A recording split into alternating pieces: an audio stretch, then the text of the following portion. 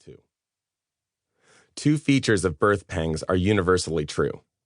First, when the birth pangs begin, there is no stopping them. Second, the birth pangs come more violently and frequently as time passes until the child, in this case, the new era, is born.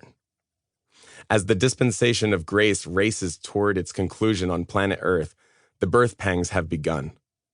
Notice the pattern. In 1917, the Earth experienced World War I.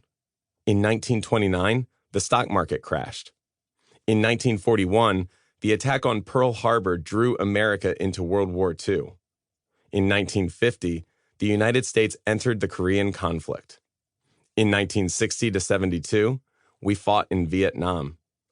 In 1963, our president was assassinated. From 1917 until today, the contractions or wars, rumors of wars, earthquakes, pestilence, and signs in the heavens have not stopped. The new age is about to be born, and the most severe contractions are just before us. Mark it down, my friends. Doomsday is approaching, but it won't be ushered in by the advent of space aliens or a catastrophic asteroid. It will come like a woman giving birth, and each devastating birth pang will signal this planet's coming doom. As I write this, we have just entered 1999. As the world anticipates the year 2000, doomsday scenarios are as abundant as dandelions in a pasture. Practically every newspaper or magazine I pick up is quoting some expert on something that could kill us or destroy our way of life by the dawn of the new millennium. The same thing happened in 1899. One 1890s prognosticator predicted that New York City would be abandoned as unfit for human habitation by the 1930s. He correctly projected that the city's population would grow from 4 to 7 million. But then he stated that the amount of horses necessary to provide transportation for so many people would result in a public health hazard. Manure piled up to the third floor of every window in Manhattan. A recent Newsweek editorial addressed the same subject. Long before Bill Gates, Rockefeller made the word monopoly a household term with the bullying tactics of Standard Oil. A series of financial and industrial mergers in the last years of the century only fueled the public's fears about the power of big business. The depletion of the Western frontier had Americans concerned about environmental preservation, while the telegraph and automobile were seen as exciting but ominous new technologies. Meanwhile, tuberculosis, the 19th century equivalent of AIDS, continued to baffle physicians and ravage entire towns. The article went on to say that doomsayers were in full battle dress, predicting disaster on midnight of December 31st, 1899.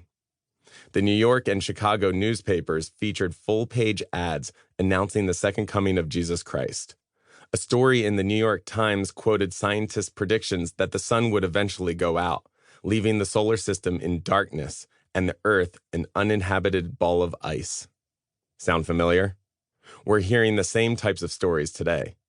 While surfing the internet, I found a story by David Nicholson Lord of London's Independent on Sunday newspaper. Nicholson Lord asked an odds maker, William Hill, to formulate odds for various end-of-the-world scenarios. The bookie's report is fascinating. Odds that the world will end by natural causes like a Big Bang, 50 million to 1. Odds that the human race will be wiped out due to overpopulation, 25 million to 1. Odds that the human race will be wiped out by pollution, 1 million to 1. Odds that the world will be conquered by aliens, 500,000 to 1. Odds that life as we know it will be destroyed by changes in climate, 250,000 to 1. Odds that the human race will be wiped out by drought, 100,000 to 1. Odds that the human race will be starved out by famine, 75,000 to 1. Odds that life as we know it will be snuffed out by anarchy, 50,000 to 1. Odds that the world will be wiped out by an asteroid, 10,000 to 1. Odds that the human race will be wiped out by disease, 5,000 to 1. And odds that the human race will be annihilated by war, 500 to 1.